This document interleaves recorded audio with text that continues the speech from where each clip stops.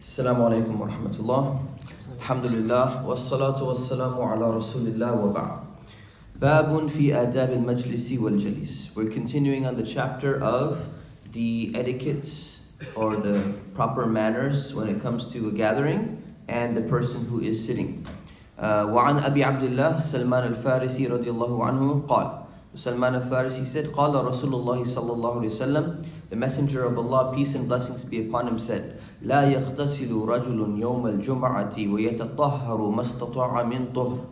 So that there is no person who takes a complete bath on the day of Jumu'ah, on Friday, and cleans himself to the extent that he can. ويدهن من دهنه أو يمس من طيب بيته, or puts on some oil to look nice, or puts on some scent or some perfume to smell nice. ثم يخرج, and then he goes out. فلا يفرق بين اثنين, and he does not intervene between two people, meaning two people that are sitting inside the masjid. ثم يصلي ما كتب له, and then he prays what is required of him. ثم ينصت إذا تكلم الإمام, and he's quiet when the imam is giving the khutbah.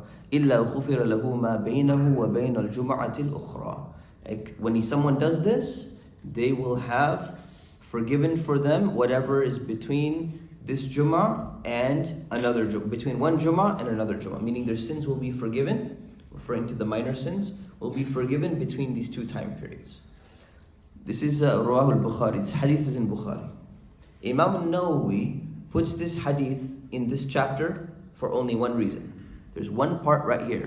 It says, فَلَا يُفَرِّقُ بَيْنَ اثْنَيْنِ, does not intervene between two people. So he's saying basically somebody goes out, they get ready for Jumu'ah, they come for Friday prayer, they do everything they're supposed to be doing, you pray properly, you're quiet when the imam is speaking, but one thing that you need to make sure you do, when you come in for Jumu'ah, people are going to be sitting, and sometimes there's just a very narrow gap between two people, they're sitting next to each other, and there's always going to be that person, even in the lifetime of the Messenger of Allah, where the people would come and they try and sit right between those two people because that's the only open spot, because they want to get as close as they can. That if you violate that rule, you're not going to fall into this category. You've messed up the barakah, you've messed up the blessing of your Jumu'ah prayer. So this is one of the things we need to be careful, in Jumu'ah and outside of Jumu'ah. Some people, what they'll do is they'll just squeeze their way in, especially on Jumu'ah. They'll start stepping over and they'll try to find there's even a less than half a spot. And they'll just go and they'll sit in between, and you see one person getting squeezed this way, one person getting squeezed this way. This is not the case. This is not the way to do things, unless somebody obviously invites you and they say, no, come here, it's okay, I've known you for a while, or there's enough space, you can go ahead in between us. But not someone, both people need to approve. Because one person will come and say, oh, he's my friend, I know him, and guess what? This guy's going to come and he's going to squeeze the other guy. It's not right.